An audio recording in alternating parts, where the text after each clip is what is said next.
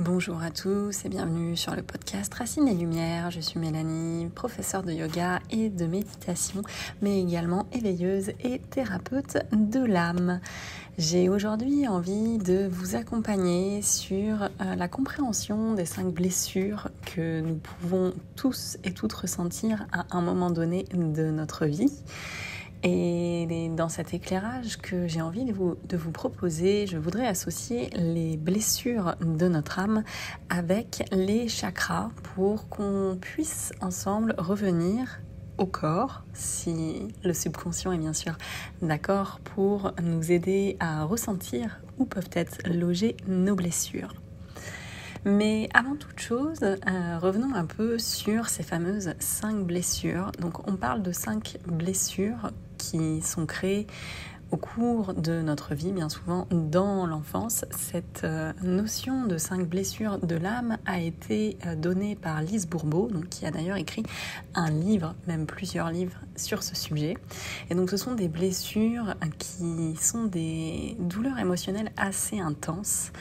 Et c'est pourquoi il est intéressant, lorsqu'on veut guérir et se libérer de certains schémas répétitifs ou de certaines croyances limitantes, de pouvoir aller reconnaître nos blessures et ensuite les guérir en s'en libérant.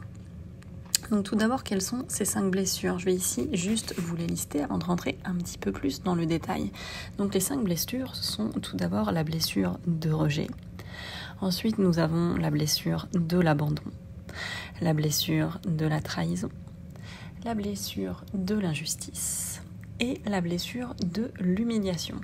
Donc chacune de ces blessures a un mécanisme qui lui est propre et qui va venir nous mettre en surréaction émotionnelle.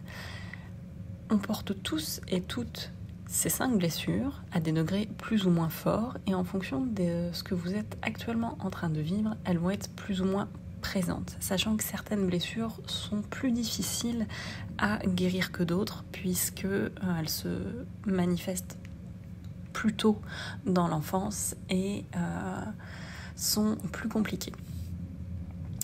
Donc comment se créent ces blessures ? Donc cette blessure va se créer quand un événement douloureux arrive et votre cerveau va associer l'expérience à une émotion qui va être intense, une émotion qui va être la peur, la honte, la colère, la tristesse. Et du coup, votre subconscient, pour vous protéger, va se dire « cette situation est dangereuse pour moi » et va mettre en place tout un tas de mécanismes pour éviter que vous vous sentiez en danger. Donc c'est quelque chose qui est plutôt très bien fait de la part de notre corps.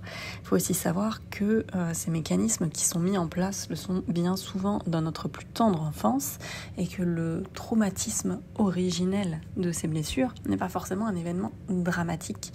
On n'est pas obligé d'avoir vécu, je vais prendre un exemple qui est un peu difficile, on n'est pas obligé d'avoir vécu par exemple un décès pendant notre petite enfance pour avoir un traumatisme. Parfois c'est juste la réaction du parent face à une de nos demandes en tant qu'enfant, où le parent va peut-être surréagir avec de la colère et vous punir sévèrement, qui va activer cette blessure. Il faut aussi savoir qu'aujourd'hui, à l'âge adulte, la situation qui va vous faire revivre votre blessure va réveiller une blessure qui ne sera peut-être pas forcément la même. On va prendre un exemple tout simple. Si dans le cadre de votre vie professionnelle, vous vous donnez corps et âme, entre guillemets, enfin en tous les cas, vous faites très bien votre travail, et que vous allez demander à votre patron une augmentation, et que pour X ou Y raison justifiée, il refuse, certaines personnes vont vivre ça comme de l'injustice, d'autres vont vivre ça comme de la trahison. C'est pas nécessairement une situation qui donne une réaction. Ça dépendra vraiment de où vous en êtes dans votre vie et de la blessure qui est la plus importante à aller guérir à l'instant T. Donc revenons à notre subconscient. Notre subconscient, donc, qui va déclencher des mécanismes automatiques pour nous éviter de revivre cette douleur. Donc ça peut être des mécanismes d'évitement, ce qui va vous faire fuir les situations qui seraient similaires, des mécanismes de suradaptation, où vous allez porter du coup des masques pour avoir un comportement qui va vous permettre de plaire à l'interlocuteur en face ou d'éviter le conflit. en évitant le conflit, du coup, votre blessure est tranquille. On peut également avoir des blocages qui sont émotionnels. Vous allez carrément vous couper de certaines émotions pour ne pas les revivre et développer des masques qui vont être des masques pour chacune des blessures différents. Masque du contrôlant, du sauveur, du perfectionniste par exemple. Et ça va vous permettre de vous protéger. Toutes ces émotions, comme je l'ai dit, elles vont se stocker dans le corps. Donc c'est vraiment valable quand on a des blessures qui sont profondes comme pour toutes les petites émotions. C'est ce qu'on va aller regarder avec l'exploration des chakras qui sont en résonance avec nos blessures pour que peut-être vous puissiez déjà sentir les endroits de votre corps qui vous paraissent à libérer. Le corps garde vraiment toujours ses signaux corporels puisque pour lui, ça lui permet, si vous êtes de nouveau face à un danger qui serait similaire, de se protéger. Donc en reconnectant au corps, notamment au travers du yoga, de la méditation et de toutes ces techniques type hypnose, on va pouvoir libérer tout ça. Les schémas répétitifs, c'est ce qui va être mis sur votre chemin pour confirmer vos croyances, mais également vous faire travailler sur vos blessures. Et donc c'est intéressant quand on commence à réfléchir au type de blessure qu'on porte, de voir quels sont les mécanismes en fait qui viennent réveiller ces blessures. Et plus on peut identifier le mécanisme, plus on pourra travailler sur ces blessures. Bien évidemment, quand les blessures sont très profondes, déterminer nous-mêmes les mécanismes, c'est extrêmement compliqué, puisque comme je viens de vous l'expliquer, le subconscient, il est là en fait pour vous protéger. Donc, en fonction de la typologie des blessures et de la plaie, j'ai envie de dire, vous ne pourrez pas y accéder tout seul, puisque si vous vous sentez bloqué dans certains schémas répétitifs ou certaines croyances limitantes, que vous êtes en conscience de ces 5 blessures, bien souvent, si vous voulez y aller tout seul, même à l'aide de la méditation, le subconscient, il va faire « Non, nous n'allons pas là, c'est beaucoup trop dangereux ». C'est pour ça qu'en fonction de votre stade de guérison et de ce que vous souhaitez faire, il est nécessaire de vous faire accompagner. Encore une fois, chaque personne pourra avoir une thérapie différente qui répondra réellement à ses besoins. Il n'existe pas un type de thérapie. On peut se faire accompagner par l'hypnose, on peut se faire accompagner en repassant par le corps, on peut se faire accompagner avec la sonothérapie, on peut faire appel à de la guidance avec l'utilisation d'oracles, c'est ce que j'utilise aussi, puisque ça permet vraiment au subconscient de voir les choses totalement différemment tout en restant conscient. Donc tout dépend en fait ce que vous souhaitez faire. Ce qui reste important, c'est vraiment quand vous voulez contourner le blocage et travailler sur la blessure, c'est de rester dans un contexte où il y a de la sécurité, donc avec de l'ancrage, de la respiration, un thérapeute en qui bien sûr vous avez confiance si vous vous faites accompagner, parce que revivre l'émotion, ça va mettre votre corps en état d'alerte. Votre mental aussi peut vite ressurgir, donc c'est vraiment important de rester dans quelque chose de sécuritaire. Ensuite, on va y aller par petites étapes. On ne guérit pas une blessure en une seule fois. Ça peut arriver, c'est quand même extrêmement rare, puisqu'il faut y aller étape par étape, et bien souvent il y a des phases de digestion derrière. On va reprogrammer quelque part votre cerveau pour que l'ancienne croyance ne soit plus, ou tout du moins que quand vous voyez la blessure, l'émotionnel soit beaucoup moins fort. On peut intégrer avec le corps du yoga intuitif des mouvements doux pour aider les émotions à sortir de la mémoire corporelle. Donc le yoga est vraiment pour moi aussi un outil. Il y a tous les outils qui sont des outils introspectifs et plutôt émotionnel, et il y a le côté corps. Et pour moi, les deux vont vraiment ensemble. Et on va utiliser un langage que le subconscient, parfois seul le subconscient d'ailleurs, comprend, avec des visualisations, des affirmations, etc. etc. Donc c'est vraiment un travail qui se fait en règle générale en plusieurs fois, mais qui, une fois que vous avez débloqué En tous les cas, le schéma répétitif lié à la blessure va vous permettre d'avancer beaucoup plus sereinement. Donc revenons-en maintenant à nos fameuses blessures. Donc je ne vais pas rentrer vraiment dans le détail du détail pour chacune des blessures. L'idée là, c'est vraiment de vous expliquer qu'il en existe plusieurs. Et puis peut-être que dans d'autres épisodes, je reviendrai un peu plus en profondeur sur chacune des blessures. Donc, la première blessure dont je vais vous parler, c'est celle du rejet. La blessure du rejet, c'est celle qui va se former très tôt dans l'enfance. Ici, je choisis de vous parler de chacune des blessures en lien avec les expériences dans cette vie-ci. Il faut aussi savoir que parfois certaines blessures peuvent être liées à nos vies antérieures avec certains nœuds karmiques ou bien à notre transgénérationnel. Mais là, on va rester sur les blessures qu'on a vues dans cette vie. Donc c'est pareil, en fonction des blessures, il peut y avoir plusieurs couches. Quand on commence à travailler là-dessus, c'est vraiment important de se dire que la sérénité qu'on trouve derrière et la fluidité sont des choses qui sont vraiment très très belles. Les synchronicités et l'ouverture au monde subtil et à tout ce qu'il y a de plus grand vaut tout ce travail. Parce que parfois ça peut faire peur, certaines fois on commence aussi ce travail parce qu'on sent qu'on n'a pas le choix, qu'on perd complètement pied. Donc je voulais aussi vous rassurer là-dessus, c'est-à-dire que le travail sur les blessures peut être assez inconfortable au moment où vous le faites, mais derrière c'est vraiment pour plus d'alignement à vous-même, plus de fluidité et quelque chose de beaucoup plus beau. Revenons-en à notre blessure du rejet, qui est celle qui va se former le plus tôt dans l'enfance. C'est celle qui est la plus difficile au niveau du travail. La blessure du rejet, c'est clairement ce sentiment de ne pas être désiré ou de ne pas se sentir accueilli tel qu'on est. En règle générale, elle est formée parce que le parent va être distant ou parce qu'il y a une séparation qui va être précoce. On va avoir ce sentiment de vide intérieur, de flottement, une respiration bien souvent qui est courte, froide dans les extrémités et surtout la peur d'être vu tel qu'on est. Donc on est bien souvent sur des profils où on va avoir tendance à se recroqueviller, à mettre des vêtements qui sont des vêtements tout sauf flashy.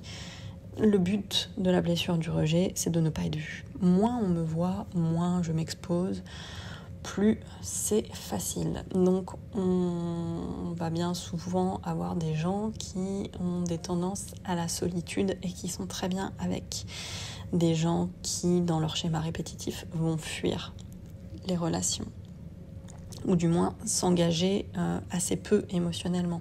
C'est le profil de l'évitant pour les gens qui ont déjà vécu ce genre de relations ou qui sont évitants.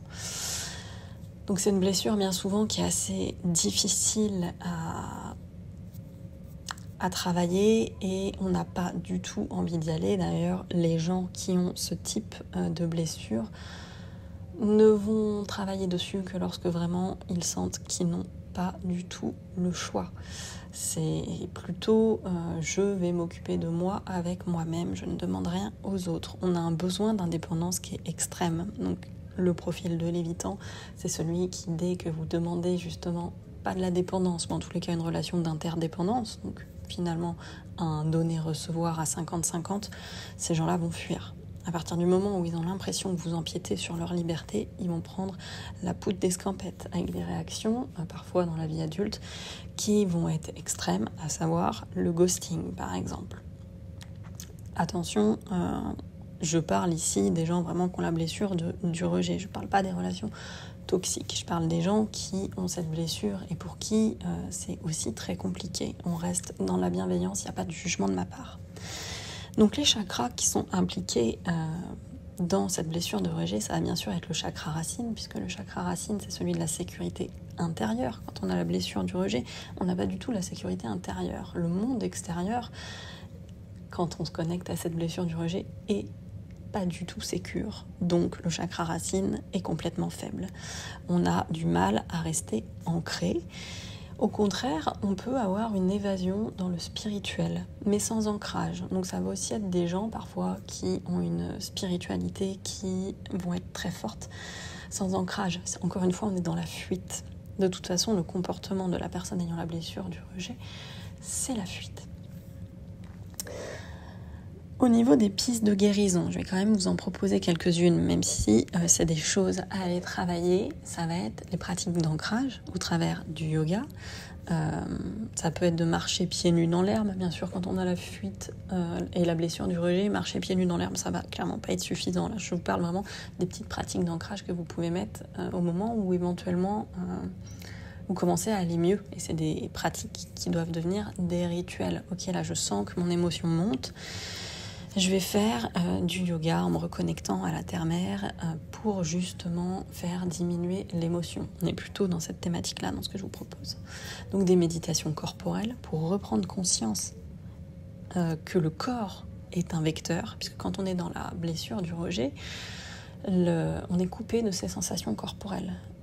Les émotions, mais aussi le corps. Au contraire, on ne va pas chercher à comprendre le corps. Le corps est un peu vu comme un ennemi. Les affirmations positives vont également être en rituel des choses qui vont faire beaucoup de bien pour reprogrammer justement ce qu'on pense de nous. Dans la blessure du rejet, on a une image de nous qui est bien souvent très très négative. On n'a aucune confiance. Et après, c'est créer des liens en douceur. Donc si vous travaillez sur la blessure du rejet et que vous êtes par exemple en couple, c'est vraiment important d'associer le partenaire pour sentir que l'interdépendance dans une relation et le donner-recevoir n'est pas dangereux. Donc ça, c'est pour la blessure du rejet. Ensuite, la blessure de l'abandon. La blessure de l'abandon, c'est un manque de présence ou de constance d'un parent, une absence physique ou émotionnelle de quelqu'un. On va sentir en fait qu'on n'a pas reçu la dose d'amour qu'on aurait souhaité, dont on aurait eu besoin d'ailleurs, c'est plus exact. Et du coup, on va avoir peur de revivre ce phénomène d'abandon. Au niveau ressenti corporel, c'est vraiment le poids dans la poitrine, bien souvent. Les gens qui sont dans la blessure de l'abandon vont avoir la poitrine qui serre très facilement. Le chakra, du coup, qui va être associé, c'est le chakra du cœur. On a une peur de la solitude qui est très très forte. Donc les gens qui sont dépendants affectifs, puisque c'est le schéma répétitif de l'abandon, sont des gens qui vont préférer être mal accompagnés qu'être seuls. Et une tristesse bien souvent qui est profonde. Les gens qui sont dépendants affectifs vont avoir besoin constamment d'être rassurés par leur entourage. Ils vont se surinvestir dans les relations. Plus je donne, moins je risque de me faire abandonner. Et donc, c'est des gens qui vont au contraire totalement s'oublier. Ils sont vraiment très très loin de s'occuper d'eux-mêmes. Ils donnent tout aux autres. C'est vraiment ça, l'abandon. C'est ce besoin d'être accompagné dans l'amour et cette peur en fait de perdre l'amour des autres. Donc là, on vient clairement chercher le chakra du cœur, mais aussi le chakra sacré, puisqu'on a une dépendance qui est émotionnelle, parfois sexuelle aussi. Pour travailler sur la blessure de l'abandon, on peut faire des pratiques de yoga qui sont du yoga doux, du yoga restauratif. Pour moi, quand on commence à travailler sur l'abandon, il est nécessaire d'apprendre que le vide, le silence, ne sont pas des ennemis, mais au contraire un espace dans lequel on peut se retrouver nous, puisque pour guérir la blessure d'abandon, il va falloir être capable de se donner de l'amour à nous-mêmes. Donc on va travailler sur l'ouverture du cœur, les méditations d'amour universel, un travail sur notre propre autonomie émotionnelle, la confiance dans le process de la vie, donc plutôt des rituels d'affirmation sur la confiance que tout est ok et que le vide n'est pas un ennemi. On est sur cette blessure d'abandon. Ensuite, on va avoir la blessure d'humiliation.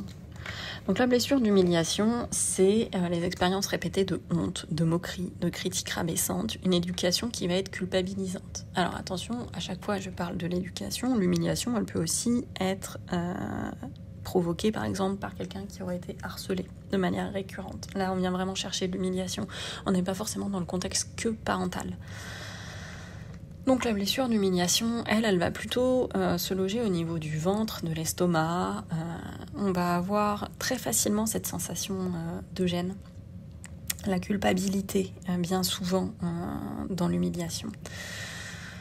On va s'auto-saboter nous-mêmes. C'est une des caractéristiques de la blessure d'humiliation, c'est-à-dire que plutôt se saboter nous-mêmes que d'attendre d'être humilié. On va avoir peur de se montrer. Quelqu'un qui a la blessure d'humiliation, par exemple, ne va pas du tout avoir envie de parler en public, puisqu'on risquerait d'être humilié par les gens autour de nous. C'est notre chakra du plexus solaire qui est le plus impacté.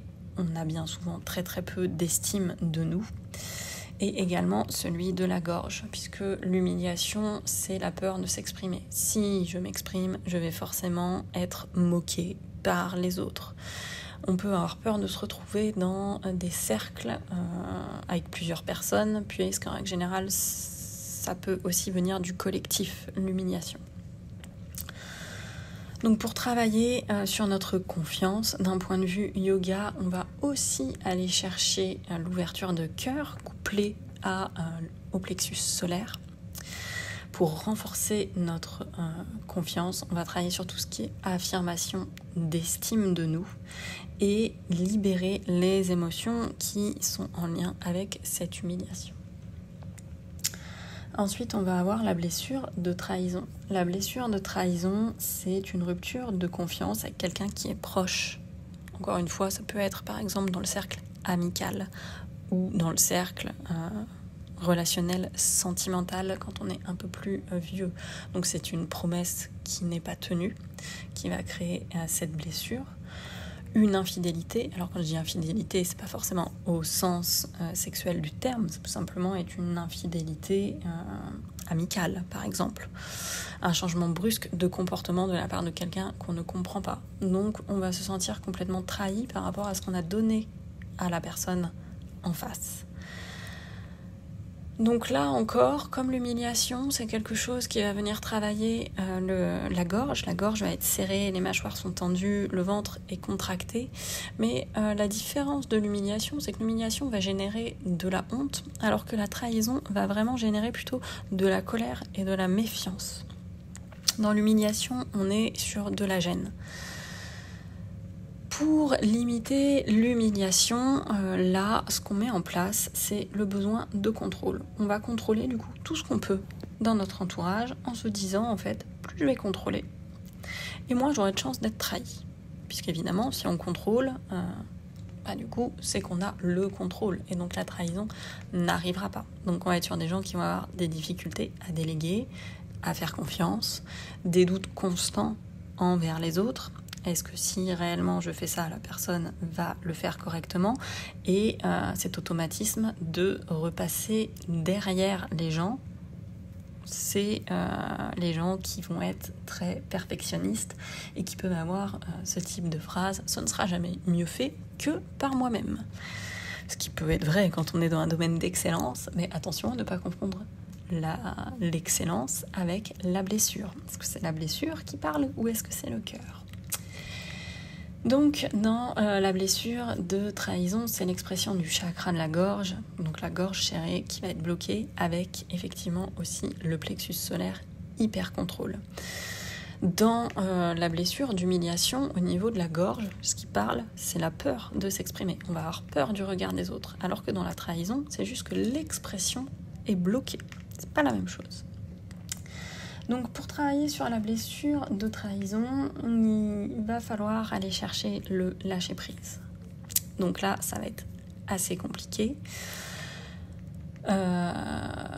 Il va falloir travailler l'expression vocale avec la parole consciente. Ça peut également passer par un travail d'écriture intuitif qui ne vient pas chercher le chakra de la gorge directement, mais passe par une méthode détournée. Et ensuite, la thérapie sur la confiance, surtout la confiance qu'on donne aux autres. Enfin, la dernière blessure, c'est la blessure d'injustice. Donc la blessure d'injustice, bien souvent, est couplée avec celle du rejet. Quand on porte la blessure du rejet, c'est très très très fréquent qu'on porte également la blessure d'injustice. Donc la blessure d'injustice, c'est ce sentiment d'inégalité ou de non-reconnaissance. Donc là, on va être sur une éducation qui va plutôt être stricte ou perfectionniste. Ça va être ces gens qui, étant à l'école, ramenaient 18 sur 20, ils pouvaient prendre comme remarque de la part de leurs parents, mais 18, c'est pas suffisant, tu pouvais pas avoir 20, voilà. Ça peut être généré par ce genre de choses. Donc encore une fois, on n'est pas forcément sur des traumas qui sont durs. Donc l'injustice, c'est la raideur corporelle, une respiration plutôt haute, une colère qui est assez froide. C'est ce masque du perfectionniste, là encore. Là où la trahison, c'est le contrôlant, l'injustice, c'est vraiment le perfectionniste poussé à sa limite. C'est quelqu'un qui va se révolter face à l'autorité et qui va attirer à lui des situations où on se sent jugé, et bien sûr, on se sent jugé injustement. C'est quelqu'un qui va être très process. Donc encore une fois, en fonction de comment vous vivez vos blessures, certains vont se reconnaître dans la trahison, d'autres dans l'injustice. La frontière est parfois mince entre chacune des blessures. Dans l'injustice, qui va travailler, c'est là encore le plexus solaire et la gorge. Donc le plexus solaire dans le sens rigidité et la gorge ici dans le sens difficulté à exprimer l'émotion. Les personnes qui sont dans la blessure de l'injustice vont plutôt être des gens qui ne vont pas parler de leurs émotions. Contrairement à quelqu'un qui, pour moi, va être dans la trahison et qui va peut-être plus laisser place à la colère. L'humiliation, quelqu'un qui va être dans la honte. Et c'est des émotions qui vont se voir. Dans l'injustice, on va plutôt être sur des gens, un peu comme le rejet d'ailleurs, qui vont tenir les émotions assez à distance. Donc des gens qui vont paraître assez froids. Pour aller travailler la blessure d'injustice, le yoga nous est là aussi d'une grande aide puisque dans l'injustice, on va vraiment avoir des gens qui sont raides. Donc le yoga va être une des clés pour aller chercher à remettre de la souplesse dans notre corps qui bien souvent s'est rigidifié à cause de ce perfectionnisme qu'on va finalement s'imposer à nous-mêmes. L'injustice, c'est nous avec nous. On porte en fait ce perfectionnisme en nous et donc notre corps devient de moins en moins souple. On va aller chercher ici des méditations sur la compassion et sur la gratitude, puisque quand on est dans la blessure d'injustice, la gratitude est quelque chose qu'on a du mal à percevoir, puisqu'en fait on peut toujours faire mieux. Donc la gratitude n'existe pas. On cherche, on est perfectionniste, mais pour autant on n'est pas forcément satisfait de ce qu'on fait. Donc on travaille sur le yoga d'un point de vue souplesse, mais aussi sur notre flexibilité intérieure.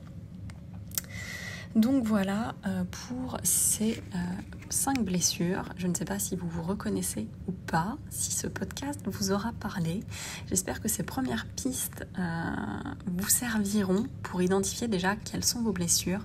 Si vous souhaitez vous faire accompagner, n'hésitez pas à m'envoyer un petit mail et je vous souhaite à tous et toutes une très belle journée. Je reviendrai prochainement vers vous avec une méditation pour essayer de mieux ressentir quelle blessure travaille, en tout cas en surface pour qu'on puisse s'y connecter et comment vous la ressentez dans votre corps. Je vous embrasse, prenez bien soin de vous.